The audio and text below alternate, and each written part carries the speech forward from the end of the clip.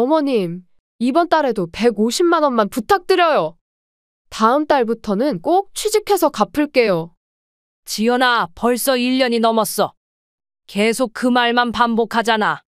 어머니, 요즘 경기가 너무 안 좋아서 취업이 쉽지 않아요. 어머님 아니면 누구한테 도움을 청하겠어요? 매달 돈 달라는 전화만 하고 정작 내가 아플 때는 얼굴도 비추지 않더라. 저희가 얼마나 바쁜데요. 어머님도 너무 하시네요. 바쁘다며? 그런데 유튜브에는 명품백 자랑하고 고급 레스토랑 다니는 사진은 왜 올리는 거니? 어머님이 제 계정을 보셨어요? 그건 옛날 사진이에요. 지금은 정말 어려워서. 이제 그만 거짓말해. 더 이상 너희 뒷바라지 안 할 거야. 어머니, 자식이 어려운데 이럴 수 있어요. 그만. 이제 내 인생도 살아야겠어. 더 이상 너희에게 이용당하지 않을 거야. 어머니가 이러시면 저희도 할 수 없이 다른 방법을 찾아야겠네요. 안녕하세요. 저는 은퇴한 70대 이영숙입니다. 이제는 노후를 즐기고 싶었습니다. 모아둔 퇴직금과 남편이 남긴 유산으로 여유로운 생활을 계획했습니다. 제 유일한 아들 민수는 대기업에 다니고 있으며 3년 전 결혼한 며느리 지연이와 함께 신혼집에서 살고 있습니다. 어머니, 이번에 저희 집 근처로 이사 오시는 거 어떠세요? 가끔 손자도 봐주시고 저희도 자주 찾아뵐 수 있고. 민수의 제안에 처음엔 망설였지만 결국 아들 내외 근처로 이사를 결정했습니다. 평생 모아둔 돈으로 작은 아파트를 마련했고 이제 노후를 편하게 보낼 수 있다는 생각에 마음이 설렜습니다. 어머님, 정말 가까이 오셔서 좋아요. 앞으로 자주 뵐 수 있겠네요. 지연이의 말에 저도 행복한 미소를 지었습니다. 처음 몇 달은 정말 꿈 같았습니다. 주말마다 아들 내외가 찾아와 함께 식사도 하고 간간히 손자도 봐주며 보람찬 시간을 보냈습니다. 어머니, 오늘 해주신 갈비찜 정말 맛있어요. 그래? 네가 좋아한다고 해서 어제부터 준비했어. 가족과 함께하는 시간은 제게 큰 기쁨이었습니다. 하지만 이런 평화는 오래가지 않았습니다. 이사 온 지 약 6개월쯤 되었을 때 어느 날 민수가 표정이 어두운 채로 저를 찾아왔습니다. 어머니, 죄송한데 좀 급한 일이 생겼어요. 저는 아들의 심각한 표정에 놀라며 물었습니다. 무슨 일인데? 어디 아픈 거야?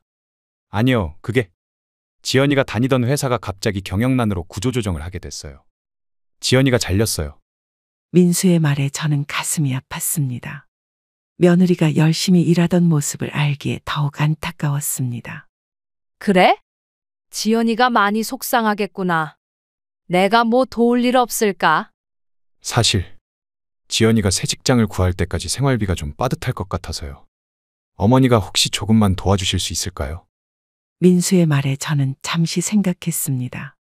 제 노후 자금이긴 했지만 어려운 상황에 처한 아들 내외를 돕는 것은 당연하다고 생각했습니다. 얼마나 필요한데? 매달 100만 원 정도만 도와주시면 정말 감사하겠습니다. 지연이가 취직하면 바로 갚을게요. 아들의 진지한 표정에 저는 망설임 없이 고개를 끄덕였습니다. 제 아들이니까요. 돕는 것은 당연했습니다. 알았어. 엄마가 도울게. 너무 걱정하지 마. 정말 감사합니다, 어머니. 이건 정말 일시적인 거니까 너무 걱정 마세요. 민수는 안도의 표정을 지으며 저를 꼭 안아주었습니다.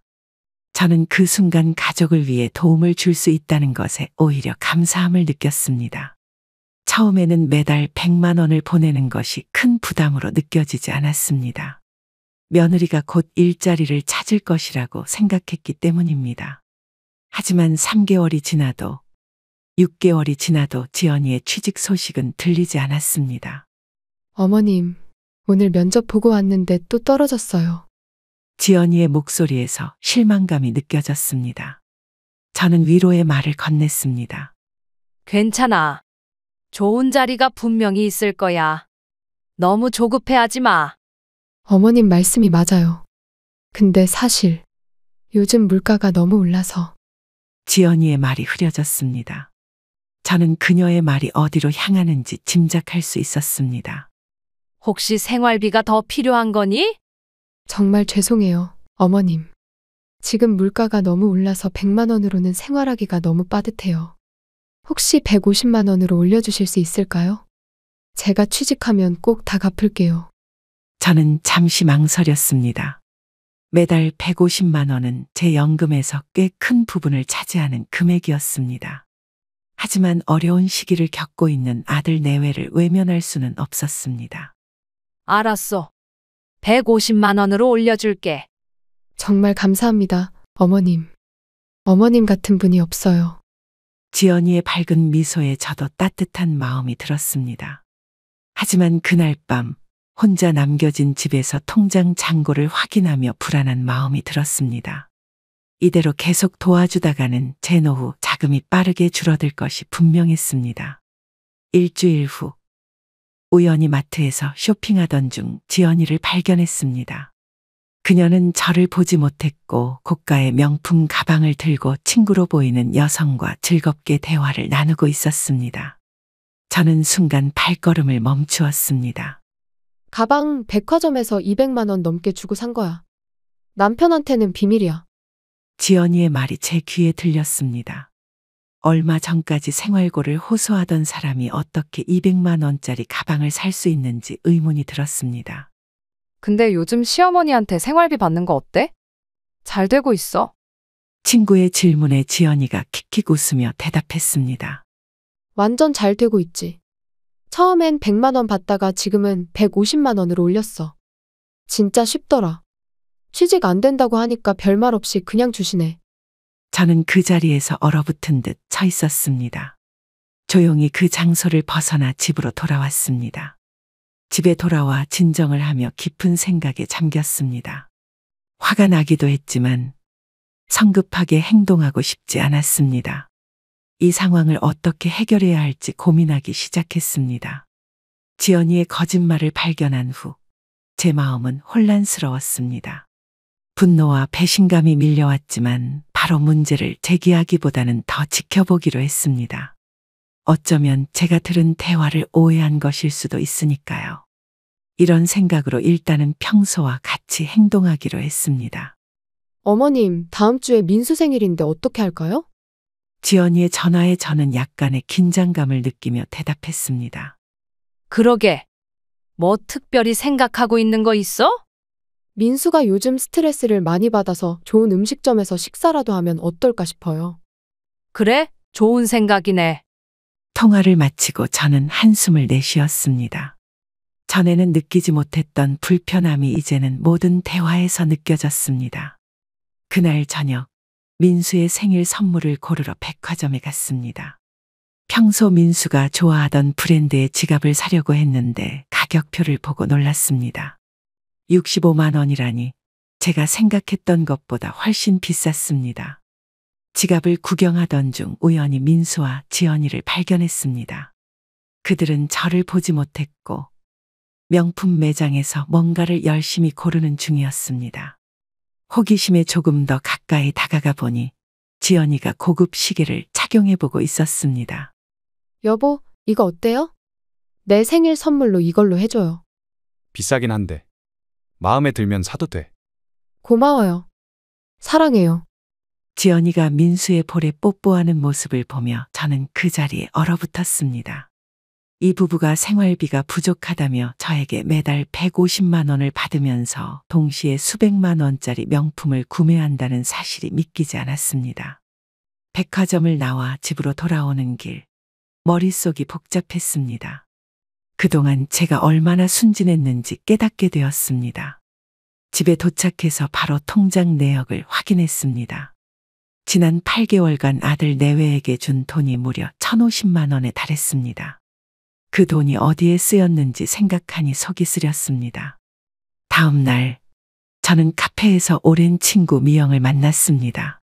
그동안 있었던 일을 털어놓고 싶었습니다.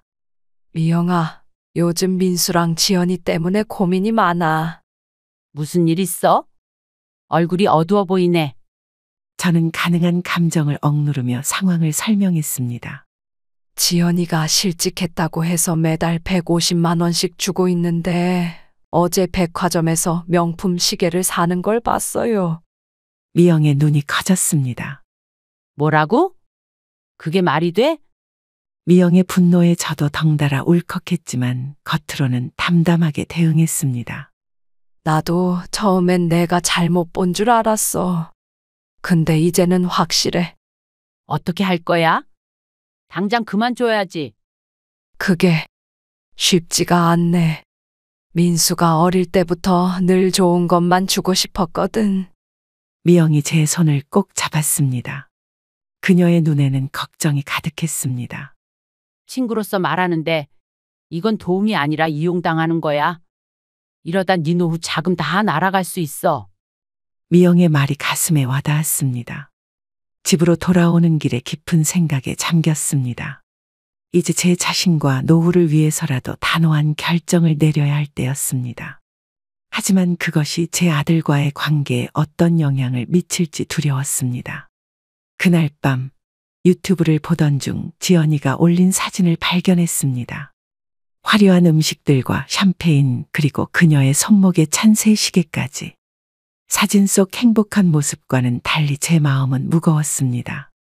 이제 더 이상 눈을 감을 수 없었습니다.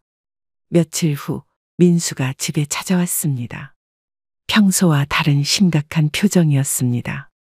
저는 무슨 일인지 물었지만 이미 그의 방문 목적을 짐작하고 있었습니다. 어머니, 죄송한데 부탁드릴 게 있어요. 제 눈을 피하며 민수가 말했습니다. 저는 차분하게 대답했습니다. 무슨 일인데? 저희 집 전세금을 올려달래요. 2천만 원 정도 더 필요한데. 민수의 말에 저는 깊은 숨을 들이마셨습니다. 이런 요청이 올 것이라고 예상했지만 실제로 듣게 되니 마음이 무거웠습니다. 전세금? 지연이는 아직도 취직을 못한 거야? 네, 아직이요. 요즘 취업 시장이 너무 어려워서요. 저는 창밖을 바라보며 잠시 생각에 잠겼습니다. 그리고 조용히 물었습니다. 민수야, 지연이 새 시계는 어디서 났니? 민수의 표정이 순간 굳었습니다. 그의 눈에 당황함이 스쳐 지나갔습니다. 무슨 시계요? 유튜브에서 봤어. 생일 선물로 받았다면서. 민수는 자리에서 불편하게 몸을 뒤척이며 어색한 웃음을 지었습니다. 아, 그거요? 그건 그냥 오래 전부터 모아둔 돈으로. 저는 더 이상 들을 필요가 없었습니다. 이제는 확실했습니다. 제 아들과 며느리는 저를 속이고 있었습니다. 제 목소리는 단호했습니다. 민수야, 어머니한테 솔직해져야 할 때가 온 것 같구나. 민수는 당황한 표정으로 저를 바라보았습니다. 저는 계속해서 말했습니다. 지연이가 실직한 건 맞니? 아니면 그것도 거짓말이었어? 침묵이 흘렀습니다. 민수의 눈에서 죄책감이 읽혔습니다. 그는 고개를 숙였습니다. 죄송해요, 어머니. 사실 지연이는 처음부터 일을 그만둔 게 아니었어요. 제 가슴이 무거워졌습니다. 예상은 했지만 직접 들으니 더 아팠습니다. 돈을 받으면서 명품을 사고 고급 레스토랑에 가고. 어떻게 그럴 수 있었니? 민수는 변명하려 했습니다. 그게 지연이가 원했던 거고. 그럼 네가 말렸어야지. 어떻게 부모를 속이는 일에 동참할 수 있었어? 제 목소리가 높아졌습니다. 평소 감정을 잘 드러내지 않는 편이었는데 이번만큼은 억누를 수 없었습니다. 정말 죄송해요, 어머니. 제가 잘못했어요. 민수는 눈물을 글썽이며 용서를 구했습니다. 하지만 저는 이제 단순한 사과로 해결될 문제가 아니라는 것을 알았습니다. 제 마음속 깊은 신뢰가 무너진 상태였습니다. 민수야, 어머니가 평생 너를 위해 아낌없이 주고 싶었던 이유는 네가 행복하길 바랐기 때문이야. 하지만 이건 아니지. 네, 민수는 고개를 숙인 채 더 이상 말을 잇지 못했습니다. 저는 침착하게 결정을 전달했습니다. 오늘부터 경제적 지원은 더 이상 없을 거야. 전세금 올리는 것도 도와줄 수 없어. 민수의 표정이 굳었습니다. 분명 이런 반응을 예상하지 못했을 것입니다. 하지만 어머니, 저희가 정말 필요해서. 민수야, 어머니 생각해봐. 내가 퇴직하고 연금으로 생활하는 사람이야. 이렇게 계속 도와주다가는 내 노후는 어떻게 되겠니? 그제서야 민수가 상황의 심각성을 깨닫는 듯 했습니다. 침묵이 이어졌고 그는 천천히 일어섰습니다. 알겠습니다, 어머니. 정말 죄송합니다. 더 이상 패기치지 않을게요. 민수가 현관으로 향하는 뒷모습을 보며 마음이 아팠습니다. 하지만 이번 결정은 제 자신을 위해서도 그리고 결국에는 민수에게도 옳은 일이라고 믿었습니다. 때로는 사랑이 단호함을 필요로 할 때가 있습니다. 문이 닫히고 홀로 남겨진 거실에서 저는 깊은 한숨을 내쉬었습니다. 아들을 키우면서 이렇게 큰 상처를 받을 거라고는 생각하지 못했습니다. 하지만 이제 제 삶을 돌보기 위한 첫걸음을 내디딘 것 같았습니다. 비록 아프지만 필요한 과정이었습니다. 민수와의 대화 이후로 2주가 지났습니다. 그동안 아들에게서 연락이 없었고 저도 먼저 연락하지 않았습니다. 마음은 아팠지만 제 결정이 옳았다고 스스로를 위로했습니다. 그러던 어느 날 아침 지연이에게서 문자가 왔습니다. 어머님, 오랜만이에요. 잘 지내시죠? 이번 주말에 저희 집에 식사하러 오세요. 갑작스러운 초대에 의아했지만 화해의 기회라 생각하고 수락했습니다. 그래, 가볼게. 주말 아들 내외의 집을 방문했습니다. 현관문을 열자 지연이가 환한 미소로 저를 맞이했습니다. 어머님, 오랜만이에요. 들어오세요. 집 안으로 들어서자 식탁에 정성스럽게 차려진 음식들이 보였습니다. 민수도 어색한 미소로 저를 반겼습니다. 어머니, 안녕하세요. 식사는 이상할 정도로 화기애애한 분위기였습니다. 마치 이전에 갈등이 없었던 것처럼 지연이는 끊임없이 웃으며 이야기했고 민수도 평소보다 더 공손했습니다. 하지만 저는 이 갑작스러운 변화가 의심스러웠습니다. 요즘 민수가 회사에서 승진할 가능성이 있다고 하더라고요. 어머님. 지연이의 말에 저는 미소로 답했습니다. 그래? 잘 됐구나. 식사를 마치고 커피를 마실 때 드디어 민수가 본격적인 이야기를 꺼냈습니다. 어머니, 사실 말씀드릴 게 있어요. 저는 이미 이 자리에 진짜 목적을 짐작하고 있었습니다. 내심 한숨이 나왔지만 표정을 관리하며 대답했습니다. 무슨 일인데? 저희가 전에 잘못했던 것 진심으로 사과드려요. 정말 죄송했습니다. 민수의 말은 진심 어린 것 같았습니다. 하지만 곧이어 지연이가 덧붙인 말에 제 마음은 다시 경계로 돌아섰습니다. 어머님, 저희가 정말 깊이 반성하고 있어요. 그런데 이번에 진짜 급한 일이 생겼어요. 역시나란 생각이 들었습니다. 이 모든 친절과 사과가 또 다른 경제적 요청을 위한 포장에 불과했던 것입니다. 저는 말없이 그들의 이야기를 기다렸습니다. 장인어른이 갑자기 많이 편찮으셔서 병원비가 좀 필요해요. 민수가 조심스럽게 말했습니다. 장인어른이 갑자기 쓰러지셨어요. 수술이 필요한데 보험이 적용되지 않는 부분이 있어서. 저는 잠시 생각에 잠겼습니다. 정말 급한 일이라면 도와줘야 하는 것 아닌가 하는 생각과 이것이 또 다른 거짓말은 아닌지 의심이 교차했습니다. 얼마나 필요한데? 3천만 원 정도요. 놀라울 정도로 큰 금액이었습니다. 저는 심호흡을 하며 진정했습니다. 사돈댁은 형제들도 없니? 왜 하필 나한테 이런 부탁을 하는 거야? 지연이가 눈물을 글썽이며 답했습니다. 퇴직하셔서 여유가 없으시고 제 오빠는 지금 사업이 안 좋아서요. 저는 더 이상 이야기를 듣고 싶지 않았습니다. 이전의 경험으로 인해 이들의 말을 그대로 믿기 어려웠습니다. 미안하지만 내가 도와줄 수 없을 것 같아. 나도 이제 퇴직한 사람이고 내 노후를 위한 자금이야. 민수와 지연이의 표정이 굳었습니다. 지연이의 눈에서 눈물이 떨어졌습니다. 하지만 어머님, 이건 정말 급한 일이에요. 친정 아버지 생명이 위험해요.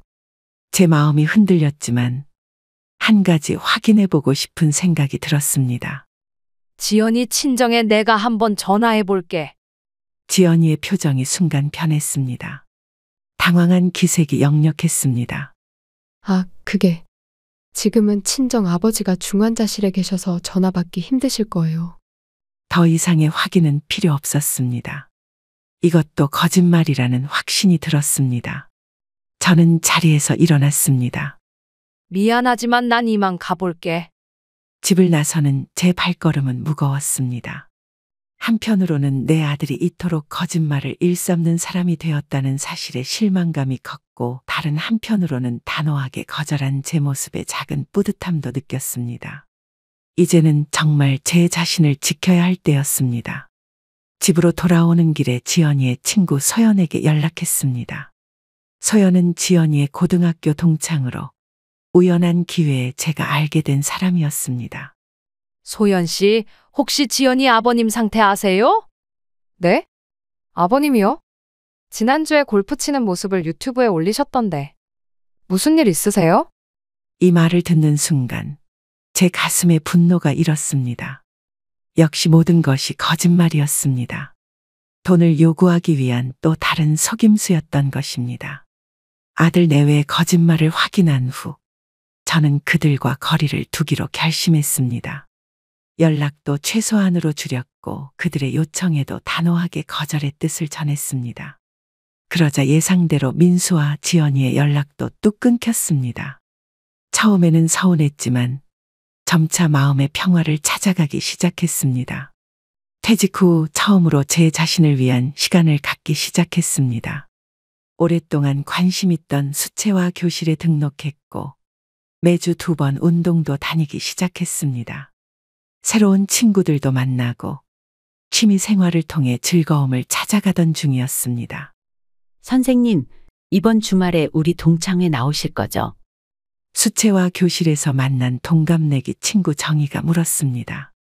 아직 고민 중이야. 오랜만에 많은 사람들 만나는 게 좀 부담스럽네. 에이, 꼭 오세요.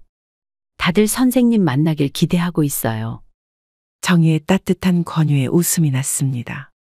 요즘 들어 이렇게 순수한 관심과 배려를 받는 것이 얼마나 소중한지 느끼고 있었습니다. 그래, 가보도록 할게. 주말 오랜만에 고등학교 동창들을 만났습니다. 모두 저마다의 인생 이야기를 나누는 자리였습니다. 대부분 저처럼 은퇴 후에 삶을 즐기고 있었고 자녀들과의 관계에 대한 이야기도 많이 나왔습니다. 우리 아들이 요즘 해외 지사로 발령받아서 손주들 보기가 힘들어졌어. 한 친구의 말에 다른 친구가 맞장구 쳤습니다. 우리 딸은 결혼하고 나서 오히려 더 자주 와. 사위가 참 착해. 대화를 듣고 있자니 문득 제 상황이 떠올랐습니다. 저도 이야기에 참여하고 싶었지만 아들 이야기를 하자니 자랑스럽지 않은 현실이 가슴을 짓눌렀습니다. 영숙이는 아들이랑 잘 지내? 갑작스러운 질문에 잠시 당황했습니다. 그동안 주변 사람들에게 아들 이야기를 거의 하지 않았기 때문입니다. 뭐, 각자 바빠서 자주 못 만나. 대충 얼버무리며 대답했습니다. 하지만 오랜 친구들은 제 표정에서 무언가를 눈치챈 듯했습니다. 무슨 일 있어? 표정이 안 좋네. 친구들의 진심 어린 걱정에 결국 제 마음을 털어놓았습니다. 아들 내외가 저를 경제적으로 이용하려 했던 일, 그리고 거짓말로 속여왔던 일들까지. 말을 마치자 테이블에 잠시 침묵이 흘렀습니다. 세상에 어떻게 그럴 수가 있니? 정말 너무했다. 그래도 잘 버텨냈네. 친구들의 지지와 위로에 제 마음이 따뜻해졌습니다. 오히려 이렇게 솔직하게 이야기를 나누니 마음이 한결 가벼워지는 느낌이었습니다. 사실 나도 비슷한 경험 있어. 우리 아들이 한 친구가 자신의 이야기를 시작했고 또 다른 친구도 자신의 경험을 나눴습니다. 그제서야 깨달았습니다. 제가 겪는 문제가 저만의 것이 아니라는 사실을, 그리고 부모로서 자녀에게 현명하게 선을 긋는 것이 때로는 필요하다는 것을요. 영수가 이제 너 자신을 위해 살아야 할 때야. 평생 아들 뒷바라지 하느라 수고했잖아. 정희의 말에 다른 친구들도 고개를 끄덕였습니다. 맞아. 이제는 내 인생을 즐겨. 취미도 갖고 여행도 다니고. 그래, 너무 아들 생각에 매여 있지 마. 이제 내 행복을 찾을 때야. 친구들의 조언이 큰 위로가 되었습니다. 동창회를 마치고 돌아오는 길, 오랜만에 마음이 가벼웠습니다. 더 이상 아들의 거짓말에 상처받지 않기로, 그리고 이제부터는 진정으로 제 삶을 살기로 결심했습니다. 집에 돌아와 오랫동안 미뤄두었던 여행 책자들을 펼쳐보았습니다. 늘 가보고 싶었던 유럽 여행, 친구들과 함께하는 제주도 여행 등 많은 계획을 세우며 설레는 마음이 들었습니다. 제 인생의 새로운 장이 시작되고 있었습니다. 동창회 이후 한 달이 지났습니다. 그동안 저는 정말 제 자신을 위한 시간을 보냈습니다. 수채화 교실도 꾸준히 다니고 근처 요가 센터에도 등록했습니다. 새로운 취미와 활동으로 일상이 풍요로워지면서 아들 내외의 일은 조금씩 마음의 짐에서 내려놓을 수 있었습니다. 어느 날 아침, 오랜 친구 미영에게서 전화가 왔습니다. 영수가 요즘 어떻게 지내? 잘 지내. 요가도 다니고 수채화도 배우고 바쁘게 살고 있어. 그래? 잘 됐다. 근데 이번 주말에 시간 있어. 우리 동해로 여행 한번 다녀올까 해. 미영의 제안에 잠시 고민했습니다.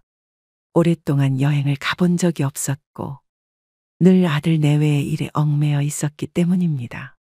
동해? 갑자기? 갑자기가 뭐야? 우리 나이에 언제 또 이렇게 놀러 가겠어? 인생 즐겨야지. 미영의 말에 웃음이 나왔습니다. 맞습니다. 이제는 제 인생을 즐길 때였습니다. 알았어. 가자. 주말, 미영과 함께 동해로 2박 3일 여행을 떠났습니다. 바다를 보는 것만으로도 마음이 탁 트이는 기분이었습니다. 해변을 걸으며 깊은 대화를 나누고 맛있는 해산물도 먹고 숙소에서 밤늦게까지 이야기를 나누며 즐거운 시간을 보냈습니다. 영수가 너 요즘 표정이 정말 밝아졌어. 미영의 말에 저도 모르게 미소가 지어졌습니다. 그래? 나도 모르게 변한 것 같아. 맞아. 예전에는 항상 민수 이야기만 하면 표정이 어두워졌는데 이제는 그런 것도 없고. 미영의 말을 듣고 생각해보니 정말 그랬습니다. 예전에는 항상 아들 생각으로 마음이 무거웠는데 이제는 제 삶에 집중하면서 오히려 더 행복해졌습니다. 고마워, 미영아. 네가 많이 도와줬어. 친구 좋다는 게 뭐야? 이렇게 서로 의지하면서 사는 거지. 여행을 마치고 집으로 돌아오는 길, 마음이 한결 가벼웠습니다. 오랜만에 느끼는 해방감이었습니다. 이제는 정말 제 삶을 살아갈 준비가 된 것 같았습니다. 집에 도착해 짐을 풀던 중 핸드폰에 민수에게서 온 메시지를 확인했습니다. 어머니, 연락드렸는데 받지 않으셔서 걱정했어요. 괜찮으신가요? 순간 짜증이 올라왔습니다. 2개월 넘게 연락도 없다가 갑자기 이런 메시지라니요. 하지만 마음을 가라앉히고 간단히 답장했습니다. 여행 다녀왔어. 걱정 안 해도 돼. 그리고 얼마 지나지 않아 다시 민수의 전화가 왔습니다. 잠시 받을지 말지 고민했지만 결국 전화를 받았습니다. 어머니, 어디 여행 다녀오셨어요? 응, 친구랑 동해 다녀왔어. 혼자 가시면 위험하시잖아요. 말씀해 주시지 그랬어요. 제가 데려다 드릴 수 있었는데. 민수의 말투에서 뭔가 이상한 점을 느꼈습니다. 갑자기 걱정하는 척하는 태도가 의심스러웠습니다. 괜찮아. 이제 혼자서도 잘 다닐 수 있어. 그래도 어머니, 다음 주에 한번 뵈러 가도 될까요? 갑작스러운 방문 요청에 또다시 의구심이 들었습니다. 분명 또 무슨 요청이 있을 것이라는 생각이 들었습니다. 무슨 일 있니? 특별한 일은 없고 그냥 어머니 얼굴 뵙고 싶어서요. 믿기지 않았지만 거절할 이유도 없었습니다. 하지만 이번에는 제가 주도권을 쥐고 싶었습니다. 그래, 괜찮아. 근데 내가 집에서 기다리기 좀 그러니까 다음 주 수요일 점심때 시내에서 만나자. 네? 네, 알겠습니다. 민수의 당황한 목소리에 저는 미소를 지었습니다. 아마도 집에 와서 무언가를 부탁하려고 했던 계획이 틀어진 것 같았습니다. 수요일, 약속한 시간에 시내 레스토랑에서 민수를 만났습니다. 그는 평소보다 더 공손하고 조심스러운 태도였습니다. 어머니, 잘 지내셨어요? 응, 나는 잘 지내. 너네는 어때? 저희도 잘 지내고 있어요. 지연이도 요즘 취업 준비 열심히 하고 있고요. 저는 속으로 웃었습니다. 아직도 지연이가 일을 구하지 못했다는 거짓말을 하고 있었습니다. 그래? 취업은 잘 되고 있어? 아직 쉽지는 않네요. 민수의 말에 더 이상 대응하지 않았습니다. 식사를 하면서 민수는 자꾸 무언가 말하려다가 망설이는 모습을 보였습니다. 결국 디저트를 먹을 때쯤 민수가 입을 열었습니다. 어머니, 사실 말씀드릴 게 있어요. 뭔데? 저희가 전에 많이 잘못했어요. 정말 죄송합니다. 어머니 속 많이 상하게 해드렸죠. 민수의 사과에 저는 담담하게 대답했습니다. 이제 와서 그런 이야기는 소용없어. 그냥 앞으로 각자 잘 살면 돼. 아니에요, 어머니. 저희가 정말 반성하고 있어요. 그래서 어머니 댁에 자주 찾아뵙고 관계를 회복하고 싶은데 저는 민수의 눈을 똑바로 바라보았습니다. 그의 진심을 확인하고 싶었습니다. 정말 그것 때문에 만나자고 한 거야? 네. 그리고 역시 그리고가 나왔습니다. 저는 한숨을 내쉬었습니다. 그리고 뭐? 저희가 곧 이사를 하려고 하는데요. 어머니 댁 근처로 가려고요. 그러면 더 자주 뵐 수 있을 것 같아서. 왜 갑자기 이사를? 아, 그게 집주인이 전세금을 많이 올려달라고 해서요. 의심스러운 이야기였지만 더 듣기로 했습니다. 그래서? 그래서 혹시 어머니가 조금만 도와주실 수 있을까 해서요. 역시나 금전적인 도움을 요청하는 것이었습니다. 저는 차분하게 대답했습니다. 미안하지만 내가 더 이상 경제적으로 도울 수는 없어. 이제 나도 내 노후를 위해 살아야 할 때야. 민수의 표정이 굳었습니다. 그의 눈에서 실망감이 읽혔습니다. 그럼 최소한 제가 통장을 하나 만들어야 하는데 어머니 명의로 만들어 주실 수 있을까요? 제 신용이 좀 안 좋아서. 이 요청에 저는 경계심이 더 커졌습니다. 통장을 제 명의로 만들어 달라니 분명 다른 의도가 있을 것이라고 생각했습니다. 왜 네 통장을 내 명의로 만들어야 하는데? 그게 제가 좀 빚이 있어서요. 채권 추심 때문에 제 통장으로는 돈을 모으기가 힘들어서. 아들의 말에 충격을 받았습니다. 빚이 있다는 사실을 처음 듣는 것이었습니다. 얼마나 빚이 있는데? 그게 좀 많아요. 얼마나? 5천만 원 정도. 그 말을 듣는 순간 속이 떨려왔습니다. 5천만 원이라는 큰 금액을 어디에 쓴 것인지 그리고 왜 지금까지 말하지 않았는지 의문이 들었습니다. 미안하지만 내 명의로 통장을 만들어 줄 수는 없어. 그건 불법이기도 하고 나중에 더 큰 문제가 생길 수도 있어. 민수의 표정이 어두워졌습니다. 더 이상 가식적인 친절함은 없었습니다. 어머니, 저 정말 급해요. 제발 도와주세요. 민수야, 네가 스스로 해결해야 할 문제야. 어머니에게 의존하지 말고. 식사를 마치고 헤어질 때 민수의 표정은 냉랭했습니다. 아마도 제가 도움을 거절한 것에 대한 실망감 때문이었을 것입니다. 하지만 저는 제 결정이 옳다고 확신했습니다. 이제는 정말 단호하게 선을 그어야 할 때였습니다. 민수와의 만남 이후 저는 궁금증을 참지 못하고 민수의 빚에 대해 더 알아보기로 했습니다. 예전 같았으면 그냥 넘어갔을 테지만 이제는 모든 것을 명확히 알고 싶었습니다. 민수의 고등학교 친구인 준혁에게 연락했습니다. 준혁은 금융권에서 일하고 있어 도움을 줄 수 있을 것 같았습니다. 아줌마, 오랜만이에요. 잘 지내셨어요? 응, 나는 잘 지내. 준혁이는 어때? 저도 잘 지내고 있습니다. 무슨 일로 연락하셨어요? 저는 조심스럽게 민수의 상황에 대해 물었습니다. 민수가 요즘 빚이 있다고 하던데 혹시 뭔가 알고 있니? 준혁의 목소리가 조금 망설이는 듯했습니다. 아, 그거요. 민수 형이 얼마 전에 투자한다고 돈을 많이 썼다고 들었어요. 투자? 무슨 투자? 주식이랑 코인 같은 거요. 요즘 많이 하잖아요. 근데 형이 운이 안 좋았나 봐요. 준혁의 말에 충격을 받았습니다. 민수가 투자로 큰 돈을 잃었다니 그것도 제게 경제적 도움을 요청하면서 말하지 않았던 것입니다. 그렇구나. 고마워, 준혁아. 아줌마, 혹시 민수 형 도와주실 거예요? 아니, 이제는 민수가 스스로 해결해야지. 통화를 마치고 깊은 생각에 잠겼습니다. 민수가 투자로 돈을 잃었다면 제가 도와준 돈도 그쪽으로 들어갔을 가능성이 컸습니다. 생각할수록 화가 났지만 한편으로는 확실한 사실을 알게 되어 다행이라는 생각도 들었습니다. 다음 날 결정적인 행동을 취하기로 했습니다. 은행에 가서 제 모든 계좌의 비밀번호를 변경하고 통장도 새로 발급받았습니다. 그리고 공인인증서도 재발급받아 보안을 강화했습니다. 이제 민수나 지연이가 어떤 식으로든 제 돈에 접근할 수 없도록 만들었습니다. 그날 오후 민수에게서 전화가 왔습니다. 어머니, 제가 어제 말씀드린 거 생각해 보셨나요? 응, 생각해봤어.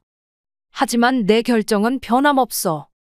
하지만 어머니, 저 정말 급하게 돈이 필요해요. 민수야, 나도 이제 알아. 네가 투자로 돈을 잃었다는 것도. 전화 너머로 잠시 침묵이 흘렀습니다. 누가 그런 말을?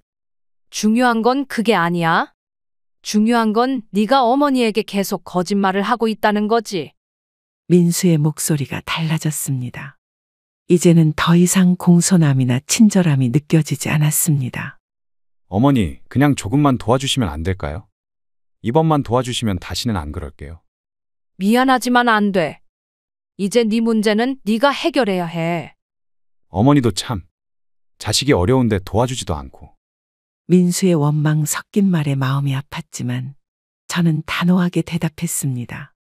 민수야, 어머니는 이미 많이 도와줬어. 이제는 네가 스스로 일어설 때야.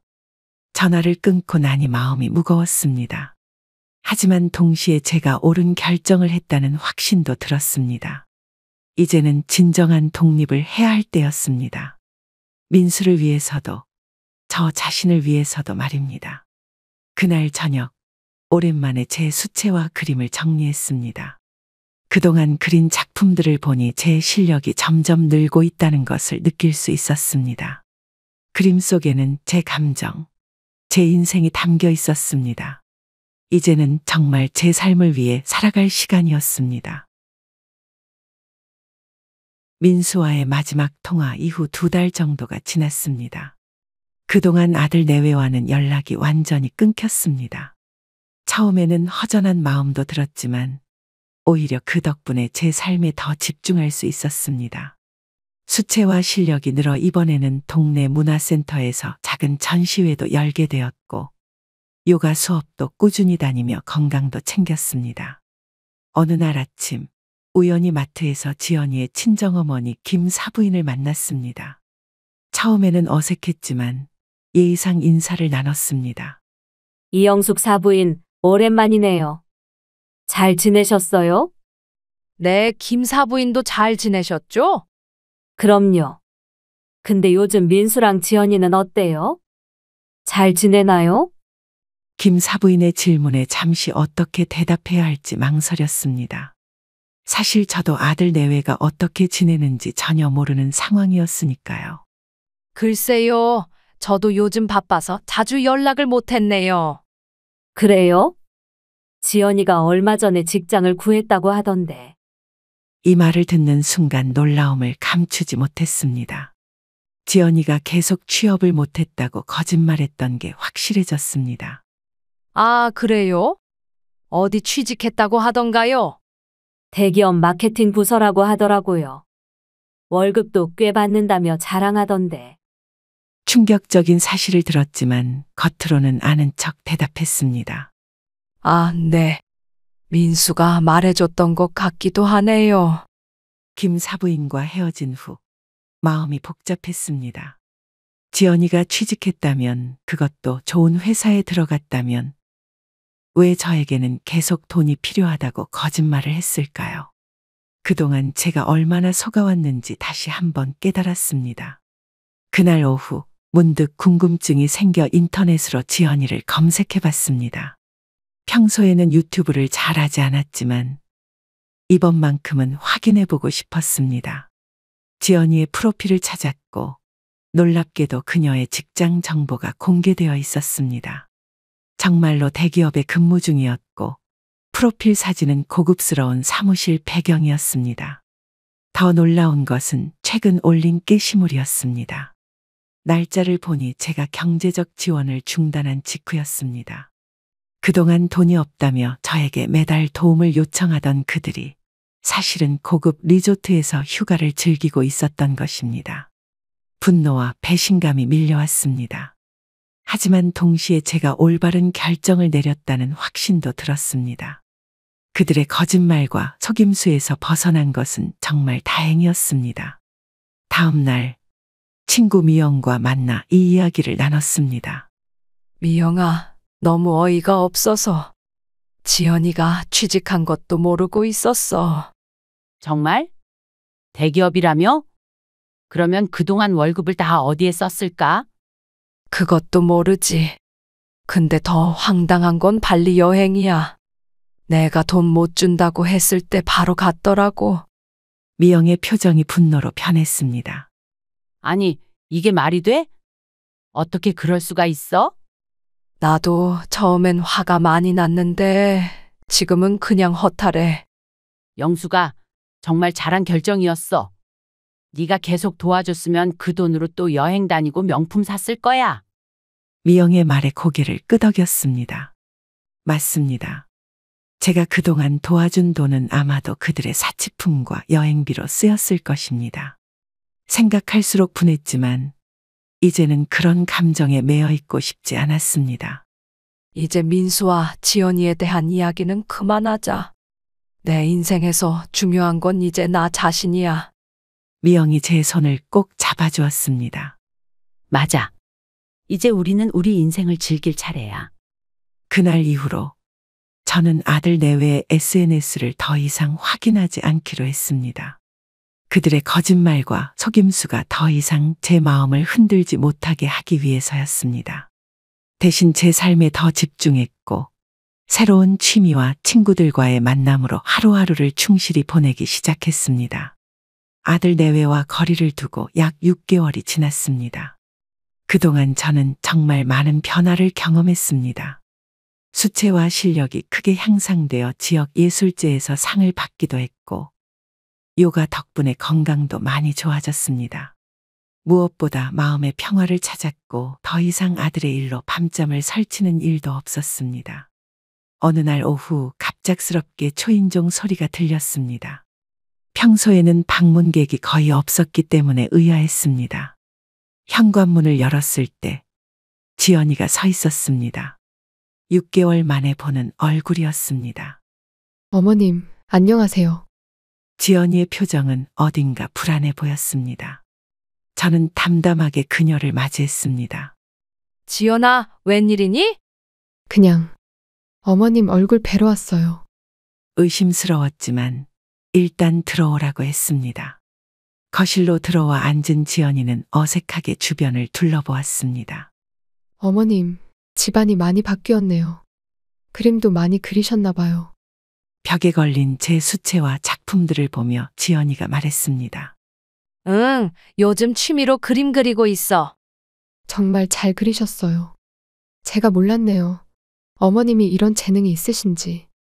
어색한 칭찬이 이어졌고 저는 그녀의 방문 목적이 궁금해졌습니다. 지연아, 그냥 얼굴 보러 온 건 아닐 것 같은데? 무슨 일이니? 지연이의 표정이 순간 굳었습니다.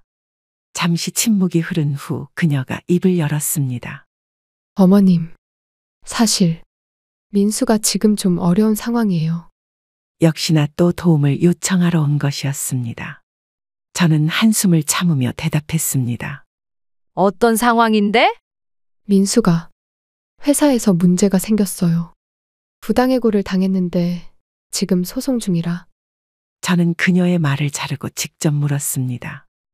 지연아, 네가 대기업 다니는 거 알고 있어. 지연이의 눈이 커졌습니다.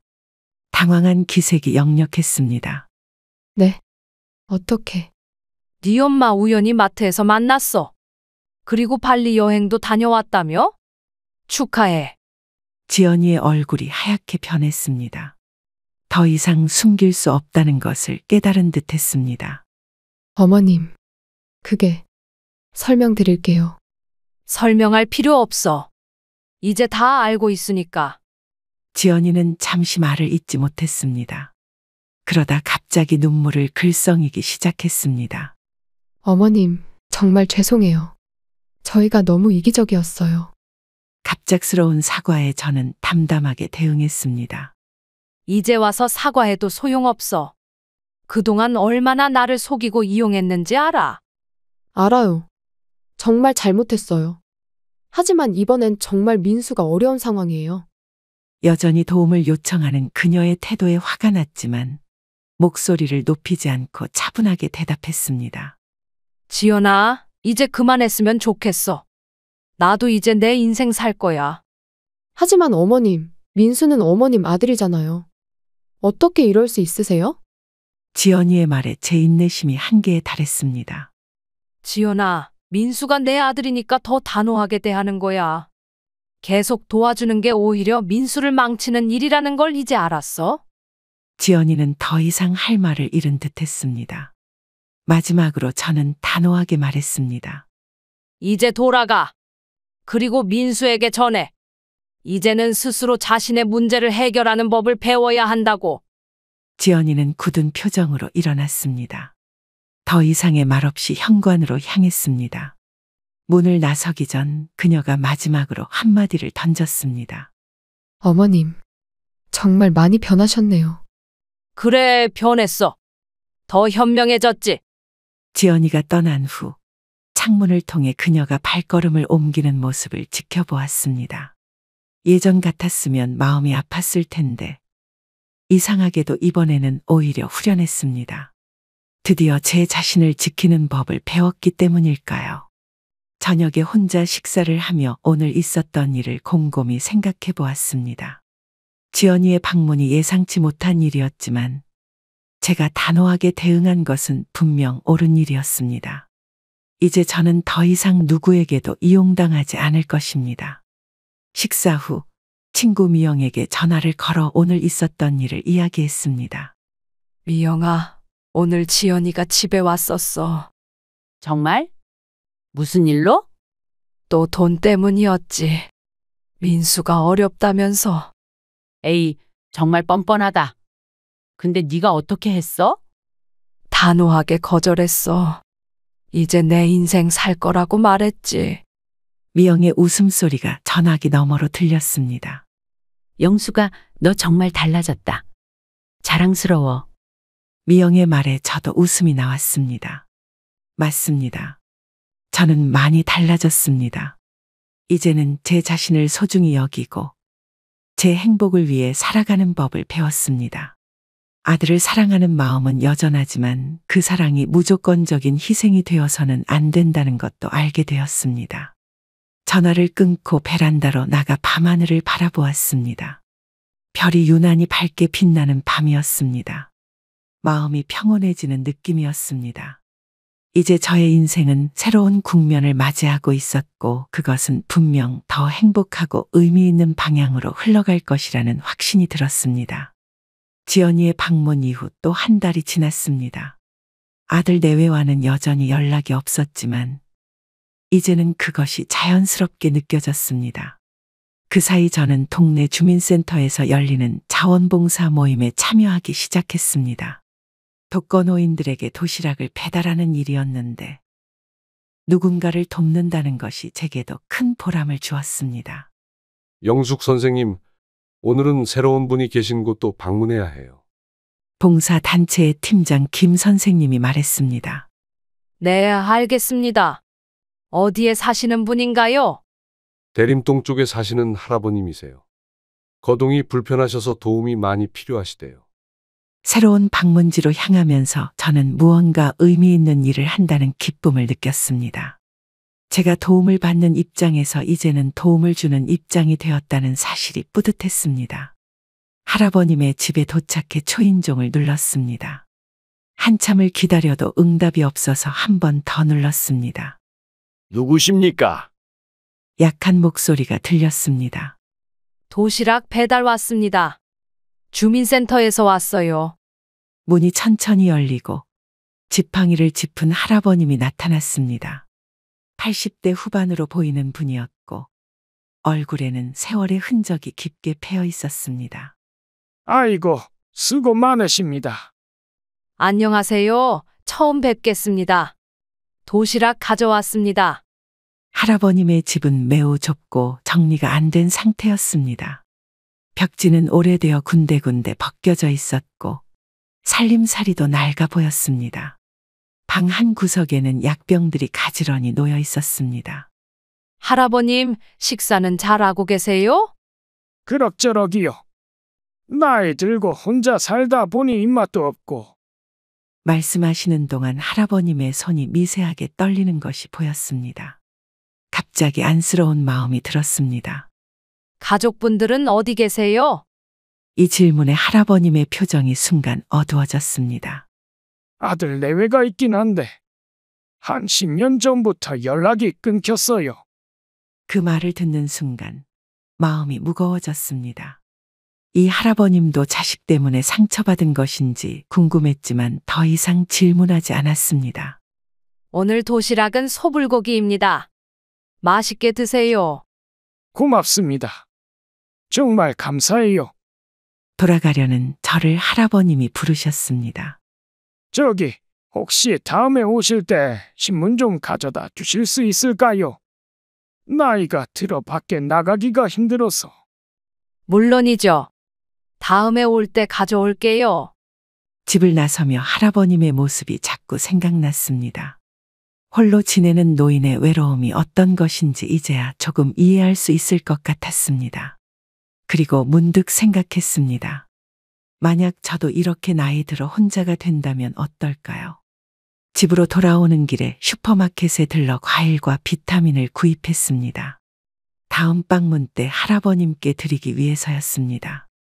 무언가를 나누는 기쁨이 이렇게 클 줄 몰랐습니다. 그날 저녁 우연히 TV에서 부모와 자식 간의 갈등을 다룬 프로그램이 방영되고 있었습니다. 비슷한 상황에 처한 다른 부모들의 이야기를 들으며 많은 공감이 되었습니다. 부모 자식 간의 갈등은 어느 가정에나 있는 것이었습니다. 중요한 것은 그 갈등을 어떻게 해결하느냐였습니다. 프로그램이 끝나고 문득 민수가 생각났습니다. 화가 나거나 서운한 마음보다는 그저 한 사람으로서 그가 잘 지내고 있는지 궁금했습니다. 하지만 여전히 먼저 연락할 생각은 없었습니다. 그것이 아들을 위해서도 저를 위해서도 더 좋은 방법이라 믿었기 때문입니다. 창밖을 바라보며 저는 새삼 감사함을 느꼈습니다. 비록 가족과의 관계는 어려워졌지만 저에게는 아직 좋은 친구들과 새로운 취미 그리고 봉사활동을 통해 만난 소중한 인연들이 있었습니다. 인생은 계속되고 저는 이제 그 여정을 더 현명하게 그리고 당당하게 걸어가고 있었습니다. 봉사활동을 시작한 지 3개월째 되던 날, 저는 은행에 들러 통장 정리를 하고 있었습니다. 그동안 아껴 쓰면서 오히려 소소하게 저축도 할 수 있었습니다. 창구에서 업무를 보고 있는데 갑자기 누군가가 제 이름을 불렀습니다. 영숙 씨? 고개를 돌리니 옛 직장 동료였던 수진이 서 있었습니다. 오랜만에 보는 반가운 얼굴이었습니다. 수진아, 오랜만이다. 잘 지냈어? 네, 잘 지냈어요. 영숙 씨는 정말 변함없이 건강해 보이시네요. 수진의 말에 웃음이 나왔습니다. 실제로 요즘은 건강을 위해 매일 아침 공원을 산책하고 있었습니다. 고마워. 네가 더 좋아 보인다. 퇴직하고 뭐하고 지내? 저도 취미 생활하면서 지내요. 근데 혹시 시간 되세요? 같이 차라도 한잔할까요? 은행 업무를 마치고 근처 카페로 향했습니다. 오랜만에 만난 동료와 그동안의 이야기를 나누는 것이 즐거웠습니다. 수지는 제 또래로 비슷한 시기에 퇴직했습니다. 영숙 씨, 요즘은 어떻게 지내세요? 아드님은 잘 지내시고? 수진의 질문에 잠시 어떻게 대답해야 할지 망설였습니다. 하지만 이제는 제 상황을 숨기지 않기로 했습니다. 솔직히 말하면 아들하고는 지금 연락 안 하고 지내. 서로에게 시간이 필요한 것 같아서. 아, 그렇군요. 힘드셨겠네요. 처음엔 그랬지. 근데 지금은 오히려 편해. 내 삶에 더 집중할 수 있으니까. 수지는 이해한다는 듯 고개를 끄덕였습니다. 저도 비슷한 경험이 있어요. 딸이 대학 졸업하고 독립했는데 가끔 돈 때문에 연락 오는 것 말고는 거의 소식이 없더라고요. 서로의 경험을 나누며 공감대가 형성되었습니다. 수진과의 대화는 제게 또 다른 위로가 되었습니다. 근데 영숙 씨, 혹시 우리 동창회 모임 소식 들으셨어요? 이번에 큰 행사를 준비 중이래요. 아니, 못 들었는데? 졸업 40주년 기념으로 큰 모임을 한다고 해요. 해외여행도 같이 가기로 했대요. 동창회 해외여행이라니 흥미로운 제안이었습니다. 예전 같았으면 아들 내외 생각에 망설였겠지만 이제는 주저없이 참여하고 싶었습니다. 재밌겠다. 나도 참여할래. 정말요? 너무 좋겠네요. 다음 주에 첫 모임이 있어요. 같이 가실래요? 그래, 좋아. 수진과 헤어진 후 설레는 마음으로 집에 돌아왔습니다. 해외여행을 간다면 새로운 경험이 될 것이고 동창들과 함께라면 더 즐거울 것 같았습니다. 여권을 확인해 보니 아직 유효 기간이 남아 있었습니다. 이제 필요한 것은 여행 가방과 몇 가지 준비물 뿐이었습니다. 저녁을 준비하며 문득 핸드폰이 울렸습니다. 발신자 확인을 해보니 낯선 번호였습니다. 의아한 마음으로 전화를 받았습니다. 여보세요? 어머니, 저예요. 민수. 갑작스러운 아들의 목소리에 잠시 말문이 막혔습니다. 아들이 번호를 바꿨나 싶었습니다. 민수야, 웬일이니? 저기, 어머니, 시간 괜찮으시면 한번 뵙고 싶은데요. 아들의 요청에 경계심이 들었습니다. 지난번처럼 또 경제적 도움을 요청하는 것은 아닌지 의심스러웠습니다. 무슨 일인데? 그냥 얼굴 뵙고 이야기 나누고 싶어서요. 또 돈 때문에 그러는 거면 만나지 말자. 아니에요, 어머니. 그런 거 아니에요. 아들의 목소리가 진지하게 들렸습니다. 잠시 고민한 끝에 만나기로 했습니다. 그래? 언제 만날까? 내일 저녁에 시간 되세요? 알았어. 동네 카페에서 보자. 전화를 끊고 나니 묘한 기분이 들었습니다. 거의 9개월 만에 아들을 만나게 된다는 생각에 약간의 긴장감도 있었습니다. 하지만 이제는 어떤 상황이든 당당하게 마주할 수 있다는 자신감이 있었습니다. 내일 아들이 어떤 이야기를 하든 제 원칙은 변함없을 것입니다. 그날 밤 저는 오래간만에 옛 사진첩을 꺼내보았습니다. 민수가 어릴 적 사진들이 담겨 있었습니다. 해맑게 웃고 있는 아들의 모습을 보니 마음 한구석이 아려왔습니다. 어쩌다 우리 관계가 이렇게 되었을까요? 하지만 후회는 없었습니다. 모든 것은 결국 선택의 문제였고 저와 민수는 각자의 선택에 책임을 져야 했습니다. 내일의 만남이 어떻게 될지 가벼운 마음으로 지켜보기로 했습니다. 사랑한다는 이유로 일방적인 희생만 하는 것은 진정한 사랑이 아님을 깨달았습니다. 자녀를 위한 최선의 선택은 때로는 아니오라고 말하는 용기입니다. 자녀가 스스로 서야 진정한 성장을 할 수 있고 부모도 자신의 삶을 소중히 여길 때 비로소 행복해질 수 있습니다. 가족 간의 진정한 관계는 존중과 진실 위에 세워져야 합니다. 저는 인생의 황혼기에 비로소 자신을 위한 삶을 살기 시작했고 그것이 제게는 새로운 시작이 되었습니다. 어떤 나이에도 자신을 찾고 행복을 추구하는 것은 결코 늦지 않습니다. 이제 저는 더 이상 누군가의 현금 인출기가 아닌 스스로의 삶을 당당하게 살아가는 한 사람으로서 매일을 소중히 채워가고 있습니다. 그럼 구독자 여러분, 오늘도 행복한 하루 되시길 기원하겠습니다. 감사합니다.